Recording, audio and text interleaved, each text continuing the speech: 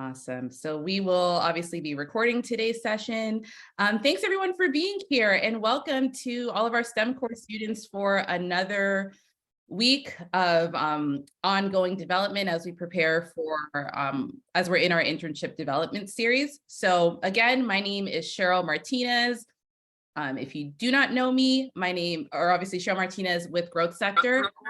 Growth Sector is a national nonprofit. We are the backbone organization that is working with your campus. Oh, you froze, Cheryl. To engineering. There we go. If on your campus you call it Bridge to Engineering or OMG, all the same program. STEM core program is the umbrella term that we use. But we're super excited to continue our almost weekly internship development series as we are working to make sure that all of you are in the right mindset and that you're starting to think about the things that you should be sort of preparing yourself for as you start applying for internships, employment, all throughout your STEM core year with us. All right, so we are super excited because today is a little bit different, even though we have been doing our weekly virtual employer series that I know a lot of you have been on those calls. This week is a little bit different, where we're going to talk a little bit more about actually obtaining an internship and just some skills that you all can be utilizing and thinking about as you take the next step into employment and into your careers. So I'm really, really excited to offer or to introduce our presenter for today. Miss Lachelle Cross is actually one of my colleagues, but also one of my good friends. We went to grad school together. Worked on a lot of projects and work together, and excited for her to share some really good knowledge and expertise to assist all of you. So without further ado, I'm going to turn things over to Lachelle. Thank you, Cheryl, for that warm introduction. I appreciate that. Nice to virtually meet you all. So today's workshop is titled Getting to the Bag, Career Success Strategies for Students Pursuing STEM. And just to give everybody a heads up, I have two screens. So if you see me looking away, it's me getting it together. So hopefully can you all see my screen with my presentation? Okay, great. So this is just a brief agenda of what we'll be doing. So I'm going to introduce myself.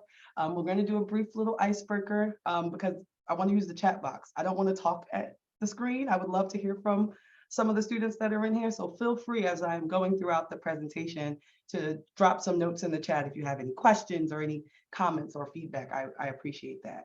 But then we're going to talk a little bit about what the employers are saying, right? As you're thinking about searching, I think it's good to get the information right from the source, right? So we'll talk a little bit about what employers are looking for and what they're saying. And then we're going to talk about some of the challenges, right? Like what gets in the way when it comes to securing these opportunities. And then we're going to talk a little bit more about some ways to overcome those things. I'm going to provide you with some interview hacks that'll hopefully leave you with some tangible things you can walk away with that you can improve on. And then leaving time for questions and key takeaways. So I'm going to go ahead and just jump right in and tell you a little bit about myself. And so before I do that, I will also say that one of the things I'll be talking a lot about is networking. And one really easy way to network in a virtual space is to show your face. So right now, I assume you're there, but do I really know you're there? I don't know. So not trying to shame anybody, but I am a little bit. But feel free to come on and show your face at any point throughout the conversation. So I'm Lachelle Cross. I started at the beginning. I got my bachelor's degree in communication. I'm a Jersey girl. I got my bachelor's degree at Rutgers. So if you hear me talking really fast, that's where it comes from. And if I need to slow down, please tell me that. Went along and got my master's in higher education with Cheryl. And for the last 13 plus years, I have been working directly with student support programs and student development and advising. And so a lot of the information that I'm going to give you comes directly from my experience, not only as someone who has searched for internships and jobs, but also supporting students and making sure they reach those goals. So that's a little bit about myself. And then currently I am the director for the Office of Scholars Programs, which is at Penn State. You'll see my pretty blue in the back, where I work with scholarship programs and supporting students, and very similar to those of you that are on the call. So that's a little bit about me.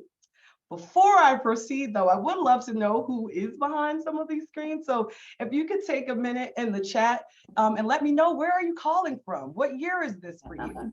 What major are you? I would love to just get a little bit of information about who I'm talking to and what interests you have. So please feel free to use the chat and let me know what we got going on. Who's here? Where are we calling from? I'm calling from the middle of nowhere, Pennsylvania, just so you know. But yes, use the chat. Oh yes, and Veronica, shout out to you for bringing on your camera. All right, well, we might not be able to do this. Hello? No? Okay. Los Angeles, okay, we got LA in the building. Any other? I'm an educator, so awkward silence is my friend. Please don't know that I don't mind a little awkward silence. Okay, we got Santa Clara in the building. So it's really early there. Maybe that's why you all are a little, it's 1 p.m. here. I'm on my second cup of coffee. So energy is coming for y'all. So I'm gonna wake y'all up today. But thank you for those of you that have New Mexico. Okay. We got a mechanical engineer in the Bay Area. Cool, cool. So feel free to keep dropping those in here, calling from Los Angeles. Okay. Shout out to all of you engineers. I know right now is like midterm time. So I appreciate you taking this time during your busy schedules to chat with us today. So thank you all for sharing. Like I said, continue to share as you feel free throughout the workshop. I love knowing what students I'm talking to and how we can relate to each other. So I'm going to keep going along. So as I mentioned, I want to start with talking about what the employers are saying. Let's go straight to the source. So NACE, which is the National Association for Colleges and Employers, is an organization that specifically works with employers that are looking to hire new graduates, right? And this organization took a survey of 200 employers that are looking to hire new grads, and they asked them, what are the skills or the competencies that you're looking for these students to have? And then out of those competencies, where do you see students needing to improve, right? And so on this chart to the right, you'll see they have a list of 9 competencies that typically most companies are looking and value in their new employees. So I want to start, I'm not going to go through all of these, but I do want to highlight a few of these. And the first one I want to talk about is career and self-development, right? So you can see 70% of employers indicated that students being able to demonstrate career and self-development is 70%, it's important to 70% of those employers, but only 35% of students actually can demonstrate that competency. And so I want to give you all kudos because you are already in that 35% because you're here, right? You're already in a place where you're looking to develop yourself and learn more about how you can be a better professional. But then the other ones that I want to highlight, I want to go to the top where we see critical thinking and communication. And you'll see there's a large gap. Almost 100% of employers are looking for students who can demonstrate communication and critical thinking skills, but only half the students are actually demonstrating those things. And then again, for a little further down, you'll see professionalism is also pretty high up there in professional and employers' requests, but the amount of students that are actually proficient in those things is about half. And so the basis of this presentation is to hopefully give you some tips and some skills that will allow you to demonstrate your critical thinking and your communication and your professionalism skills in a way that will allow you to obtain the job or the internship offer that you're looking for. So this is really going to be grounded in what employers are looking for. And so as we're thinking about the application process and as you're looking at internships, I do want to start off with a few just tidbits that I think are important. So one of the first things that are important is managing expectations, right? I think this, as someone who works with a lot of new and excited grads, I think sometimes our expectations about how much money we're going to make or how easy the interview process or how hard the process is going to be can become very overwhelming. So it's really important to just manage those expectations. And you can do that by talking to people that are in your field, talking to mentors and supports that can help you manage those expectations. Because I know sometimes I'll talk to grads and they're like, I've had to interview for 5 jobs. And I'm like, 5? That's it? Do you know the job process can be very cumbersome, and I think sometimes students expect to interview for one position and get their dream job on the first shot. That may not happen, and that's okay. But if you expect that and you don't, it's good to limit that expectation now. So I'm sorry if I burst your bubble, but it is going to take a little bit of work to get the internship or the position that you want. And to give you an example in my own personal life, this job I've had for about 16 months, I applied to about 20 different positions and was up for about 5 of them when I decided on this one. So you have to kind of cast a wide net in order to make sure it's going to be a good fit. And that brings me right into my next bullet point. It can be overwhelming when you think about professional development and searching for internships. And one way to kind of help me manage that process was creating a set time for my job searching and career development, because it's a lot. You got to do resumes, right? You got to find what to wear, practice your questions, and we'll talk about all the things that goes into that. But that can be a lot. And you already have your own responsibilities. You have life. And so one way that you might be able to limit that becoming overwhelming is just setting up a little time. So maybe like Fridays from 2 to 4 is your professional development time. And you can use that for applications or, looking over your resume or whatever it is that you want to accomplish. And then that brings, so my next thing, utilizing your networks. Excuse me, I'm going to go back. Reach out without fear to the people that are in your network and that want to support you. And believe it or not, you all have one, right? You all have professors you worked with, advisors, peers, their career services offices at the campuses that you can work with. Use those folks, let them help you. They have the insight. And so instead of you trying to take the guesswork out of it, use your networks. So like I said, I've been doing this for 13 years. And every time I meet with students in presentations and passing, even at the end of this workshop, I will give out my email. I will say, please use me. I will help you with interview prep, resume, whatever you need, just reach out. How many people do you think have actually taken me up on that offer in the 13 years that maybe two, right? So right, Myra and Becca, you were on the average, you were close to the average. No one ever takes me up on that. And it's like, I've been doing this for a while. I could tell you what to do and what not to do. So I say that as also a hint. At the end, when I give out my contact information, please feel free to utilize it if there's anything that I'm mentioning that you want to go over in detail or need more clarity on. The next thing is also thinking about, we're in the age of technology, so creating a professional online presence. And I say a professional online presence for a reason, right? And so true story, when I was first out of undergrad and I was looking for positions, I was struggling. I was getting a lot of interviews, but then I wouldn't get the job and I couldn't figure out why. And a mentor said to me, well, have you ever thought about Googling yourself? And my mouth dropped and I said, wait, what do you mean? Why would I do that? I would never put my own name in the search bar. And lo and behold, to my complete embarrassment, when you Googled my name at that time, there were videos from like student org, like silly things that I had done that had me looking completely unprofessional. It was one of those things where like people would make YouTube interviews on campus, right? And someone asked me a silly question and I responded thinking nothing of it, right? I was a sophomore. Well, that video stayed on YouTube for years and it was the first thing that came up when you would Google me. And so I had no idea. And once I was able to get that video removed from YouTube, thank God they did that, I literally saw an increase in interviews like almost instantly. So just be mindful of your online presence. So if you don't have one, that's like fine. Like I know some people are not with social media or LinkedIn, totally fine. But if you do have one, let's make sure it's professional, right? You don't want what happened to me to happen to you. It was mortifying, right? So definitely don't do that. Make sure you get feedback on your application materials. Don't just apply for stuff without having someone look at your resume. And this goes for like, not for just now, but for the rest of your life. You'd be surprised. Like I'm a director now and I've had to hire full-time professionals who have years of experience. And you'd be surprised at how horrible some of those resumes look.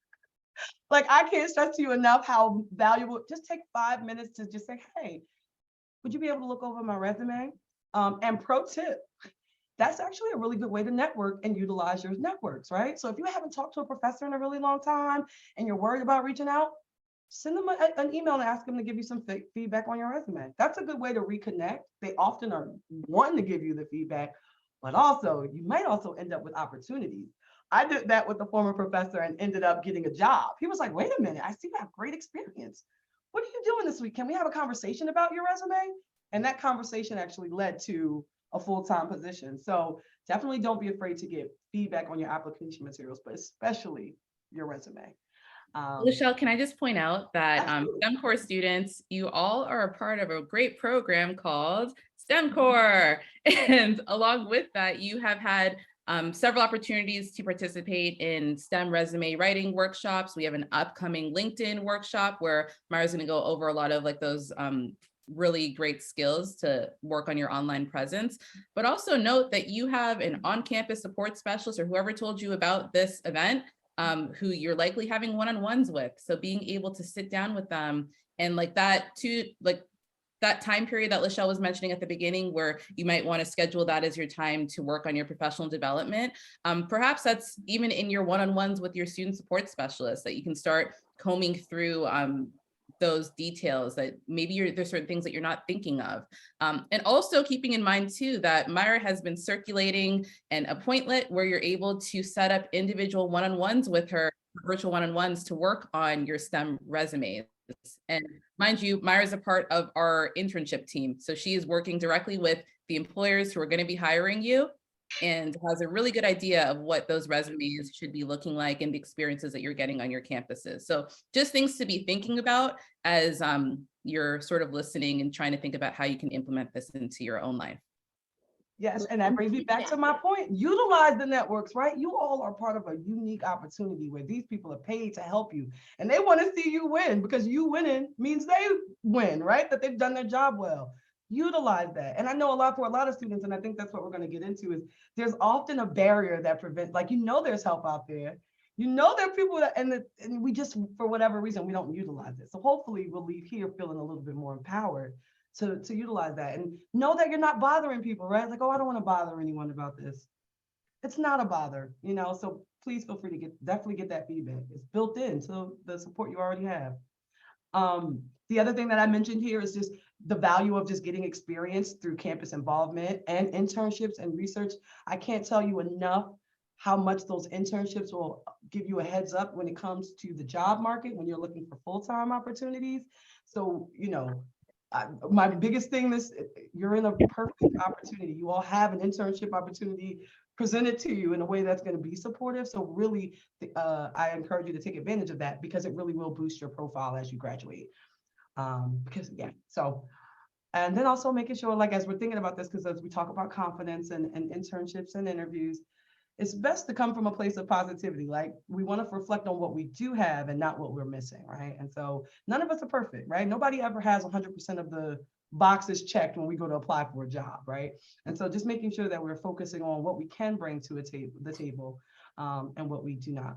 And one of the other things I will say with that too is also, as I'm sharing the competencies that professionals are looking for, thinking about which of these areas maybe you feel like I might want a little bit more support, or I might want to develop more. And that could be a great conversation to have with your STEM core support specialist, because they can also help you develop goals and things. How can we get you with more communication skills, right? Like, how can we bridge the gap with the skills that you may feel that you're lacking? So, and then my last thing, which I'll say 1,000 times throughout this presentation, apply, apply, apply. And what I mean by that is, one of my favorite sayings is that the world is going to tell you no a lot. Do not tell yourself no. Apply for that job. Don't say, oh, well, no, I can't do that because I'm not. Well, no, it's probably not. Stop telling yourself no. Get out of it. The world is going to do that enough for you. Just put yourself out there and apply, apply, apply. The worst that happens is they say no and nothing changes for you. But what if you do get it, right? So, and be sure to track what you're applying to too, because you don't want to get a call for an interview and you're like, what is this? What are you talking about? So just throwing that in there as well. So now that we talked about what the employers are saying, I want to think a little bit about what might be some of those challenges to doing some of those things, right? Like, why aren't we reaching out for help? Why aren't we getting feedback and using our networks? And so the first thing I want to do is be honest and recognize the elephant in the room, right? And so I say that to mean systemic challenges. Knowing that STEM fields can be very, hard to break into, right? And there are oftentimes barriers that are larger than us. So sometimes, whether it's your gender, or your race, your ethnicity, or your religion, those are things that are super important to consider and how they might be impacting your job search. And those are often things that we can't change. Like, we can't change well, we can, but those are things that are ingrained in us. And those aren't things that if someone is treating you unfairly because of those things, that is not on you. That is their character flaw. And so those are things that we can't, that we often don't have as much power to impact, but they do impact us. But there are some things that we can do to prepare ourselves to overcome those challenges. And so positive psychology has this term about locus of control, right? And so the external locus of control are the things that are out of our hands, right? The things that we don't have a say in. but we all have an internal locus of control, meaning there are things that we can do and there are things that we can control, right?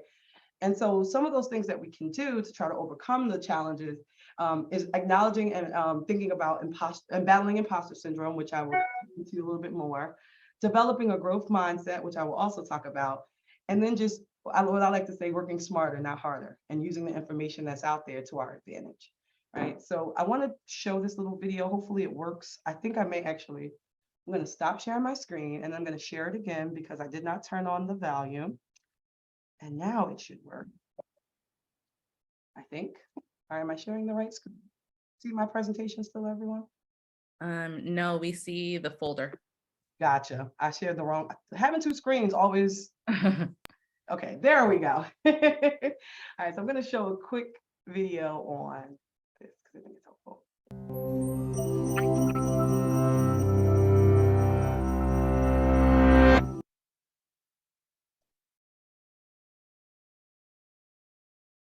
Right.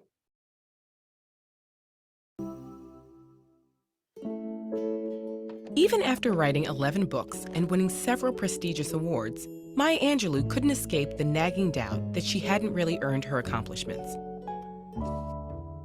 Albert Einstein experienced something similar. He described himself as an involuntary swindler whose work didn't deserve as much attention as it had received. Accomplishments at the level of Angelou's or Einstein's are rare, but their feeling of fraudulence is extremely common. Why can't so many of us shake feelings that we haven't earned our accomplishments, or that our ideas and skills aren't worthy of others' attention? Psychologist Pauline Rose Clance was the first to study this unwarranted sense of insecurity. In her work as a therapist, she noticed many of her undergraduate patients shared a concern. Though they had high grades, they didn't believe they deserved their spots at the university. Some even believed their acceptance had been an admissions error. While Clance knew these fears were unfounded, she could also remember feeling the exact same way in graduate school. She and her patients experienced something that goes by a number of names: imposter phenomenon, imposter experience, and imposter syndrome. Together with colleague Suzanne Imes, Clance first studied imposterism in female college students and faculty. Their work established pervasive feelings of fraudulence in this group. Since that first study, the same thing has been established across gender, race, age, and a huge range of occupations, though it may be more prevalent and disproportionately affect the experiences of underrepresented or disadvantaged groups. To call it a syndrome is to downplay how universal it is. It's not a disease or an abnormality, and it isn't necessarily tied to depression, anxiety, or self-esteem. Where do these feelings of fraudulence come from? People who are highly skilled or accomplished tend to think others are just as skilled. This can spiral into feelings that they don't deserve accolades and opportunities over other people. And as Angelou and Einstein experienced, there's often no threshold of accomplishment that puts these feelings to rest. Feelings of imposterism aren't restricted to highly skilled individuals either. Everyone is susceptible to a phenomenon known as pluralistic ignorance, where we each doubt ourselves privately, but believe we're alone in thinking that way because no one else voices their doubts. Since it's tough to really know how hard our peers work, how difficult they find certain tasks, or how much they doubt themselves, there's no easy way to dismiss feelings that we're less capable than the people around us. Intense feelings of imposterism can prevent people from sharing their great ideas or applying for jobs and programs where they'd excel. At least so far, the most surefire way to combat imposter syndrome is to talk about it. Many people suffering from imposter syndrome are afraid that if they ask about their performance, their fears will be confirmed. And even when they receive positive feedback, it often fails to ease feelings of fraudulence. But on the other hand, hearing that an advisor or mentor has experienced feelings of imposterism can help relieve those feelings. The same goes for peers. Even simply finding out there's a term for these feelings can be an incredible relief. Once you're aware of the phenomenon, you can combat your own imposter syndrome by collecting and revisiting positive feedback. One scientist who kept blaming herself for problems in her lab started to document the causes every time something went wrong. Eventually, she realized most of the problems came from equipment failure and came to recognize her own competence. We may never be able to banish these feelings entirely, but we can have open conversations about academic or professional challenges. With increasing awareness of how common these experiences are, perhaps we can feel freer to be frank about our feelings and build confidence in some simple truths. You have talent, you are capable, and you belong. I'm going to stop that there. I'm still going to stop sharing because I couldn't see everyone. So hopefully, but I wonder if that resonates with anyone that's in here. Feel free to drop in the chat if you've ever felt like, if you can identify with feeling imposterism. I know that I have, or you can use the reaction button as well. If, give me a thumbs up if you feel like that might relate. I see Veronica shaking her head. That makes me feel good. Yes, I got a hand up. Yes. So I wanted to include that as we talk about this, because I think that is really a large part of what we see when we think about the challenges of students going for those internships, is feeling like I'm not good enough. Like, they're not going to think that my resume is strong enough, or I don't have enough experience. And so I want to go back to what I said too about, don't tell yourself no. Put yourself out there, right? But I also want to go a little bit further and talk more about some strategies and things that we could do to overcome when we feel like that. And again, it's not something that'll stop in a day. I think I shared the wrong screen again, didn't I? Probably did. I'm gonna do that again. I just, Lachelle, while you're working on the screen, can I just note that hopefully this can validate some of our students, is that we often hear that from so many of you like I've been working with this program for almost 10 years now, and it's just year after year, students vocalize the same thing, like, maybe I'll apply next year or in a couple years, maybe when I'm at Calc 2, maybe after I finish my physics sequence. Everyone can use a little extra kick of confidence. Several prestigious awards. Apologies, I'm trying to go to the next slide. Go ahead. Thanks. But I was just saying, keep in mind that specifically the employer partners that we are working with STEM Core know exactly what classes you're taking. They know that you're participating in this workshop and the different workshops that you're participating in on your campuses. That's exactly what they want. And they're saying, like, these are the students. I want to hire Carlos. That's exactly who I'm looking for. This is like, so just know that you're in good company. And like when our STEM Core internship application opens up, apply, but that doesn't mean it should stop there, right? There are tons of opportunities that you're going to hear about on your campuses, that they are literally looking for students with your skill set. So don't undervalue yourself and think that I have to wait 2 years, 5 years, later. It's now, right? Like you have valuable skills that you're working on right now.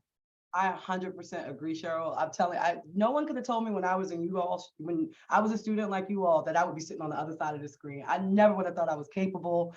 I would have never even thought I could have graduated. And like, it wasn't until someone had these conversations with me that I kind of got inspired and could see myself in that. And so hopefully by having these conversations, we can definitely encourage you all to think about that and overcoming that. And like Cheryl said, one of the ways to cope with that is knowing that you're not alone. I have never talked to a student who did not feel that. I think that is something that I can say with confidence, 100% of students have felt that in some way or another. And it looks different for different, but we all have experienced that in different ways. And so ways to cope with that is knowing the signs, right? And what I mean by that is if you find yourself invalidating yourself, or when someone gives you positive feedback and you just refuse to accept it, that's often a sign that it's the imposterism showing its head. Because if someone's giving you positive feedback and it's hard for you to accept it, why is that? Start to ask yourself that. So acknowledging the signs will allow you to kind of self-correct and say, you know what, no, I do deserve this. And so acknowledging, paying attention to that negative voice in your head and how it sounds, only so you can quiet it, is going to be really helpful. Letting go of perfectionism. No one's perfect. And so please, like Cheryl said, don't think, 2 years, when I get to a perfect application, I'll apply. It's kind of like that phrase, what came first, the chicken or the egg? And I really do think that students often wait until they get to this perfect place before they apply. When I think by applying and putting yourself out there, it gets you to that place you want to be. So perfect example, when I was in college, I became an RA. I was not ready to be an RA, but by the time I finished that role, I was a leader. I could answer problems, and so it's not until you get into the experiences that you become that person that you're thinking, you're waiting to become right now. So let go of perfectionism and talking with your manager, your mentors. So you have those built in. Be kind to yourself, right? So if you do hear that negative voice again, try to self-correct. And it's a lifelong thing, right? Because I ain't gonna tell you how old I am. I'm not gonna do that, but be kind to yourself and know that it's a lifelong thing. And so start practicing now how to maybe correct that negative voice. And with that, track your success. One thing that students do is undersell themselves. Oftentimes, because things are required of you, you don't see it as an accomplishment. So like passing your classes every semester, when you're completing assignments on time and you're getting good grades, that is success. That's amazing. Having a little list of those things so that you can kind of congratulate yourself and pat yourself on the back is a really good way also to overcome imposter syndrome, because we always think we're not doing enough. And it's easy to think that when you're not, being reminded of it on a consistent basis. So one of the things that I do is every time I get a thank you card from a student or like a nice email, I will print it out, and I have a board in my office it's called the wall of thanks. And so even if I'm feeling like down, I can go look and say, you know what? No, I'm good at this job. Students like me, right? Like I'm okay. I'm impacting people, because sometimes it's hard. It's easy to forget that when we're in our own head. And then lastly is just embracing that feeling. And I think what they mean by that, and what I interpret that to mean is be scared, but do it anyway, right? So even if you are feeling like, oh, maybe I don't deserve it, try to find a way to just do it anyway. Push yourself through it. And it takes practice. And so maybe starting with little things, right? Like small little opportunities in class to talk or join things, or with this internship process, and then continue to expand on that as you go. So I talked a lot. I'm going to slow for a second just to make sure there's no questions, concerns. If there is, please let me know. Becca, did you have something you wanted to share? Please do. This morning on the radio, I was listening to a bunch of comics speak, and this one Asian American comic, she said that she stopped thinking of herself as an imposter, but after she gets a position, she thinks of herself as a bit of a scammer. Yeah, I can see that. And listen, it's not one of the things I also say, fake it till you make it, right? Maybe you are an imposter, but who knows except you, right? I think most adults are nothing but 3 toddlers in a suit, right? Like none of us have it together.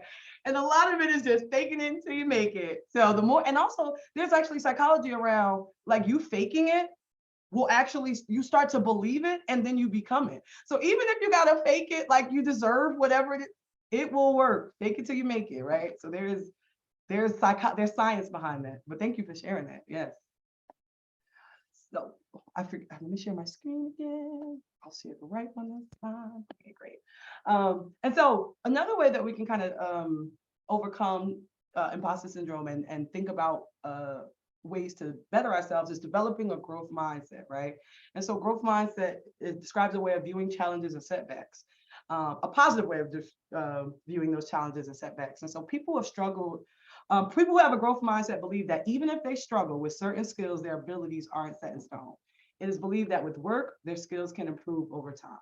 And so there's the difference between a growth mindset and a fixed mindset. And what I often hear, especially when it comes to internships, and it's like, oh, well, I'm just not good enough at that. Oh, I can't do that. I don't have the skills. And that's a fixed mindset. But what we want to do is move to I don't have the skills yet, or how can I learn, or what opportunities can I take to get those skills, right? Knowing that nothing is set in stone. And oftentimes I think it's really hard for students to separate failure. Like when they fail something, they take it as an attack on their own character. And so I want to encourage you to really try to move away from that. Like failure is an opportunity to grow, right? So even if you don't get a job, having that internship, you leave more enlightened. You know what kind of questions are being asked. You know how you feel in an interview now, right? And so even in the things that we aren't successful at, there's learning, right? And so understand that I can learn to do anything I want. So if this is something that you feel like you're not good at, including the word yet is really powerful, right? So on the side here, I have 5 ways to develop a growth mindset and small things that you can start to incorporate into the way that you're thinking about these things to help you move from less of a fixed mindset to more of a growth mindset. So stop saying I can't, right? Don't say I can't. It's like I can't, I can't do this. I can't be bothered. Because again, with a bit of effort, you might be surprised at what you can achieve, right? And so I think last year I took a fishing class with some of my students. I have never fished in my life. And I kept saying, oh, I can't do this. I can't do this. Well, guess what? After 5 weeks of taking that class and listening to instruction, I caught a fish. So who am I to say what I can't do, right? So don't rush till I can't. Again, I talked about the power of yet. And so going back to when I was saying, recognizing that like inner voice, trying to train it to change that from, oh, I can't do this to I can't do this yet, right? Reflection, so asking yourself, like, what can I do differently, right? What did I do that I can control that can contribute to me improving later on? Number 4, failing better, right? So, and as I mentioned this too, everyone experiences failure at some point, but we learn a lot in our failures. And so I mentioned how for me in the job search process, I applied for a lot of jobs. I interviewed for a lot of positions, but that was actually really helpful and helping me know what to do for the next interview, right? And so failing allows us to learn what to do better next time. And then also just trying new things. As humans, we are designed to stay within our comfort zone, right? And so we are very rarely going to try new things because we have biological responses that prevent us from doing that. But when it comes to developing a growth mindset, it is good to try to push past that, right? And understand that those biological responses are like, we're hardwired with some things that are a little outdated, right? Like our iOS system as humans has not been fully upgraded. There are things that have been passed down from generation to generation, and it's up to us to be conscious about kind of moving outside of our comfort zone. And so don't be afraid to try new things. And so, and put yourself out there, because you just never know what opportunities may actually work out for you. So that's the growth mindset thing. And then that brings me to this lovely quote: "We are what we repeatedly do. That therefore excellence is not an act, but it's a habit," right? And so anything that we want to get good at, if we do it enough, we can get good at it. So you have the opportunity to grow from here. So those are some of the common challenges, some big things that really prevent us from obtaining certain opportunities. But then there are some also like just some small mistakes that I see often, and employers have indicated that they see often, that it's like, okay, we can do something about this, and I want to talk about to make sure that this isn't going to be you. So arriving late, too early, no energy / negative energy, which clearly I don't have a problem with that one, right? Like I'm good with that. Being unprepared, which we're going to talk about, not having questions. You should always be asking questions, following up too aggressively. So, after you've interviewed, if you've interviewed yesterday, you shouldn't be sending 3 emails the following day asking why you haven't gotten the job yet. Like, give people a chance. And dressing inappropriately. Ooh, the stories I could tell, right? And so when it comes to that one, I feel like there is no universal, I mean, there are some rules in terms of like professional attire and things like that. But there are ways that you can kind of bring your own flair into that. And so it really is important to talk to a mentor and making sure that what you're presenting, how you're presenting yourself in that interview is appropriate. But for some of these other ones, we're going to go through and talk about it a little bit more in detail. So these are the most. Oh, yes, please do. Just note, if y'all are on your laptops right now, please screenshot like this screen and probably the next one that Shell's going to go over for ways to counteract, because we see this a lot. And the good thing for you all is as you are going through the STEM core internship process, so you submit your application, you get your first round interview. Luckily enough for you, it's with somebody on our STEM core staff and from the growth sector staff, right? Where we will be having conversations with you, but also giving you feedback on the spot, just about like things that you could tweak and how you could work on certain things.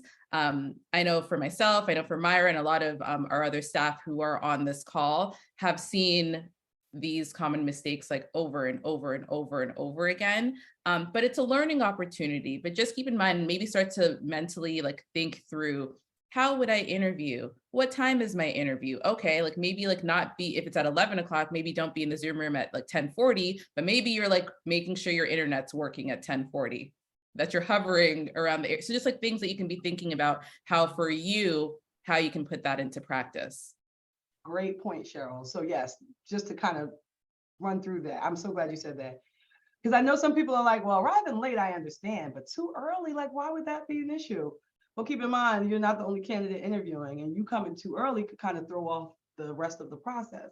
So you don't want to be like late. So you definitely want to try to be 5 to 10 minutes early, but more than like 15 minutes could make it, And so if this is an in-person interview, not to say that you can't arrive early, but maybe sit in your car, go to the bathroom and then come. So just thinking about how you might want to navigate that, whether it's an in-person interview versus on Zoom.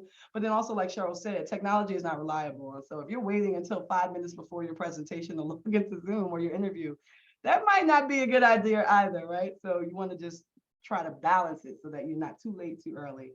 And also keeping in mind your interview is your first impression. So if you don't have energy or you're negative during the first interview or during the interview, what would they expect you to bring into the work environment? So it's definitely important to think about your energy. We're going to talk about how to prepare because you should be prepared. And there are things you can do to be prepared for an interview. And I'm going to just give you the questions to ask and make that easy. So we're going to go through that. So here's some hacks that you should definitely think about. So preparing ahead of time. Believe it or not, you should practice for your interviews. Like there are questions that we're going to go over those too, that all employers generally ask when they are looking for candidates. The words may change a little bit, but the essence of those questions are the same. And so there's no reason why, nothing says that you can't go through those questions and prepare your answers. And in fact, you should do that. You should already kind of have an idea. So when someone says, hey, why are you interested in this job? And you should already kind of know what you're thinking of and what your response is going to be. And honestly, too, the more you practice and prepare ahead of time, the less nervous you are when the interview comes. Because it's like, oh, I know that. It's like studying for a test. Think about how you feel when you study versus when you don't, right? The times where you study, you go in confident, you're able to ace it. But if you know you haven't prepared enough, you're less likely to feel that good going into it or coming out of it. Going with that, too, it goes with knowing your story. And what I mean by that is interviewers don't want to hear your generic, boring, oh, I love time management because it's important. They want to hear how that actually connects to your life, right? And so know your own story. And so we're going to talk about some of the common questions that they ask. You should already kind of know what parts of your story or your experience can relate to those questions and how you can add your own like personal flair. So for example, everybody's going to ask, tell us about a conflict you've had and how you managed it. What parts of your experience, what work experiences have you had or class experiences have you had that might highlight your ability to deal with challenges in a really good way, right? So start thinking about that ahead of time could really allow you to really flourish your best assets when you're in an interview. So you should know your own story ahead of time. The other thing, fake it till you make it. And I said this before, but this is really for the energy piece, right? That low energy, sometimes when I'm in interviews and even in the presentation, Cheryl will tell you, this energy right here ain't my energy all the time. Sometimes you got to fake it till you make it. I had a cup of coffee right before this. I was like, okay, woo, let's get it going. I had to pump myself up. As soon as this call hangs up, I'm going to crash, right? But for the 90 minutes or 60 minutes I'm here, I'm going to fake it until I make it. I encourage you to think about how you can do the same in your interviews because you don't want to come off as like I said, negative or non-energetic. So making sure you get sleep before your interview, eat before your interview. No one wants to hear you being hangry, as you're waiting to just trying to get a job. So dressing to impress. So I also wanted to mention that I know too that some interviewing and searching for jobs and stuff is an investment, right? Like you have to have a certain level of investment in yourself in terms of like your materials and your wardrobe and things like that. And so that's why I say I know with dressing to impress, that means something different to everybody. And if you are someone who maybe needs resources and support to figure out what that means, please feel free to reach out to me because I'll be very candid right now. I came from a very poor family going into college. I was low income, I was first generation. And the very first suit that I had in my very first professional interview was donated to me because I could not afford it. And there are organizations that actually specialize in that. And I looked already, they have them in California. So if you are someone that is looking to dress more professionally, but really may not have the access or the means, feel free. I'm going to have my email up at the end. You can reach out to Cheryl to reach out to me. But there are opportunities even for those that may find it challenging because suits can be expensive. Right? So I will say I definitely got my first one from someone. Asking questions. And so you never leave an interview without asking at least 2 questions. That is a rule of thumb. It's how you show that you're interested, right? It's kind of like you showing that you actually care about the position more than just getting a job. And again, that's whether you actually are interested or not is a whole nother story, but you should at least ask 2 questions. And I'm going to give you, like I said, some questions to specifically ask. And then you want to follow up. So a good rule of thumb is you want to wait like within the first 24 hours, you want to send like a thank you note, letting people know, thank you for taking your time to interview me. It was great to talk about your program. I look forward to hearing more about the position in the future. And that's a good way to make sure that you are on their mind, right? Like it's a good way to be like, oh, yeah, that was a great conversation, especially if you're competing against other candidates. And it's just a really good rule of thumb. But yeah. Oh yes, Cheryl, did you want to add? I see you put something in the chat, but I'll pause. Oh yeah, I just said for the question piece, like you might have like your pre-thought questions you want to ask, but if the interviewer, for instance, already went over like, this is what the timeline looks like. Do you have any questions? Yes, I want to know about the timeline. So you know what I mean? Just like pay attention, because I know like nerves like work into it too. So maybe have a couple of questions that you might want to go through and make sure you're listening, because oftentimes we're so busy thinking about what you want to say next that you're not actually listening to the information. So just be aware of that as well. Great point. And so I'm gonna go back to that, but Becca also mentioned that the college has clothes donated for interviews. So definitely there are other resources out there. But what Cheryl mentioned also brought up another good thing to think about is, please know that you don't, like when I say prepare for an interview, there's not, you can bring notes to an interview, right? Like you could, right? I had my interview questions written out with what I wanted to say. So when they ask me a question, I could be like, actually that reminds me of, and so it's okay if you pull from that, because that also shows that you're organized, right? Because there's not going to be a job where you can't have notes. So feel free to like bring that, to have the questions like written down on a piece of paper. Like you don't have to feel like you need to memorize all of these things. All right. So just a few more, getting feedback. And so not just on the application materials, but as Growth Sector just have mentioned, like you can do mock interviews with them. They're going to help prepare you in that. And but there are also those networks that you have, your advisors, can help you prepare. And so I would suggest you, like after you kind of thought about the questions and what you want to answer, don't be afraid to get feedback. I remember after preparing for an interview and I asked one of my advisors, the question that a lot of folks get that stumps them up is like, what are your challenges? Like, what are your strengths and what are your weaknesses? And I forget what I think my weakness was like, I hate paperwork. And she was like, you're applying for an administrative job. You can't say that. And had I not known that, I would have like been going around saying like the wrong thing. And so she helped me reword that in a way. And she was like, how about you just say you prefer student contact over administrative work? Like things like that. And so anyway, getting feedback is great. Which brings me to the next one, keeping it positive, right? And so in interviews, they will often ask you about challenges that you've had or areas of growth. Don't say anything negative, try to keep it positive.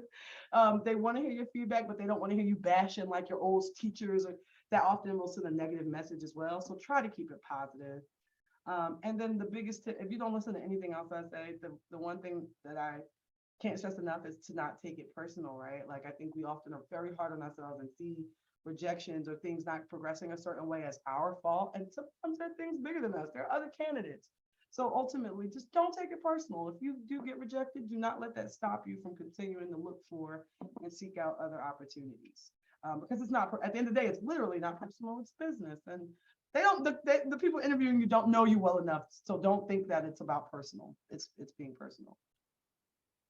So I know we are short on time, but I do, and you can all take pictures of this, but I did want to highlight some common interview questions that mostly everyone's going to ask you. They will phrase it in a different way, but typically these are the kinds of questions that employers are looking at. And so feel free to take a picture.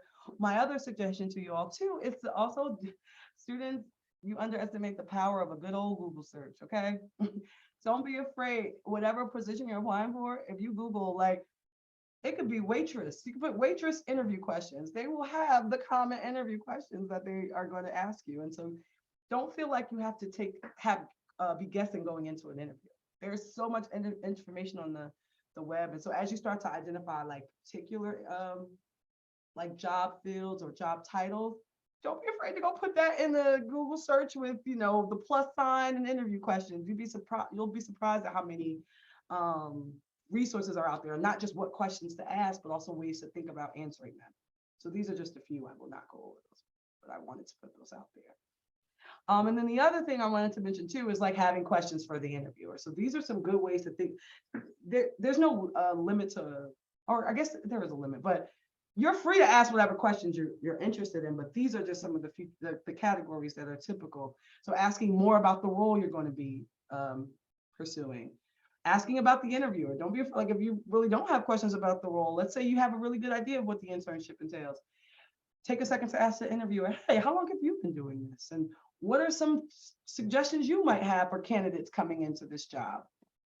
Asking about how that position will be managed, right? So management style is a good one. Or like, what is one of the good questions to ask, especially nowadays, is this a virtual or an in-person, opportunity? So those kinds of things. Asking about the company's culture, like what's the day like at this place, or what's your favorite reason for working here, kind of thing. Asking about the reputation of the company.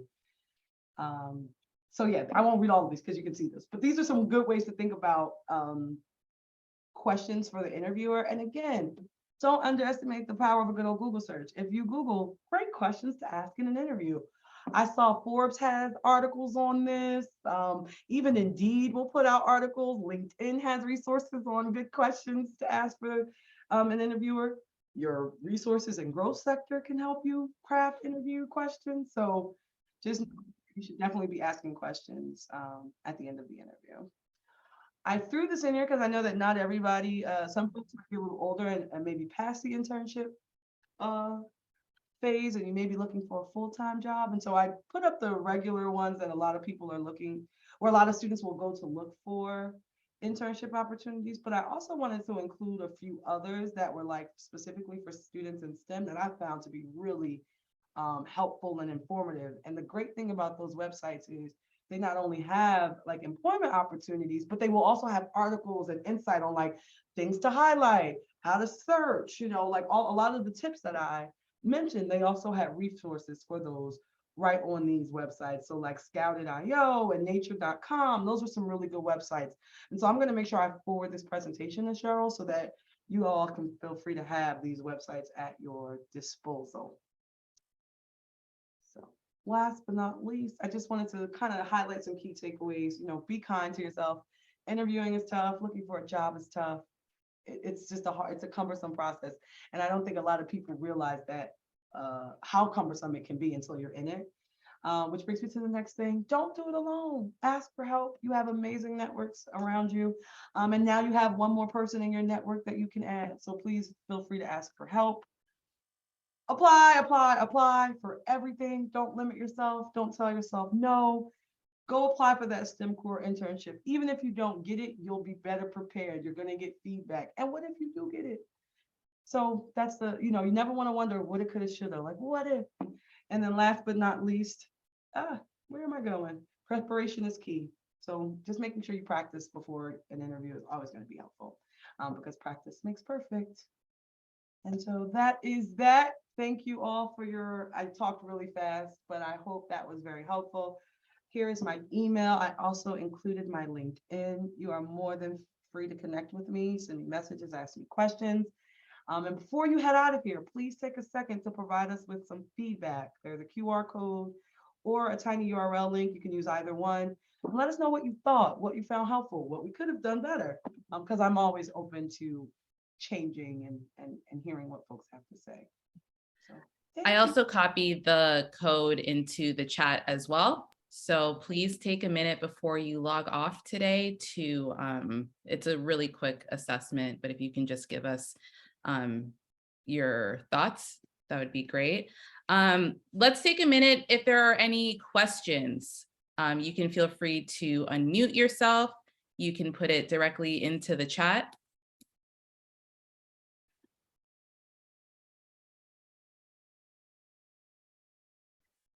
But I think that this entire conversation was, one, super helpful, but also so timely because as you all know, you should have probably received information at this point from your on-campus student support specialists about internships and the STEM core internship process. So I want to make sure that that's all on your radar as well.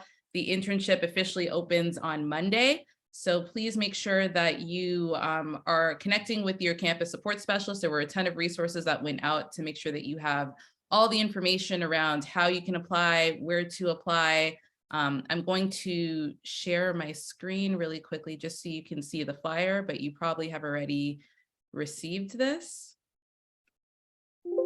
Does this look familiar? Hopefully it does. The STEM core, we're already talking about placements for summer 23. So as I know some of you might have done this last year, but for our newer students who are new to the cohort, you go through an application process for all of our STEM core internships. So if you've been a part of our virtual employer series for most Fridays throughout the semester, we've had different employer partners come on to talk to you all about who they are, what they do, and how you can get involved with them. This is one really great way to get involved with them is that you submit a general application through the STEM core application. All students receive a first round interview, so you will be interviewing with myself or somebody on our growth sector team.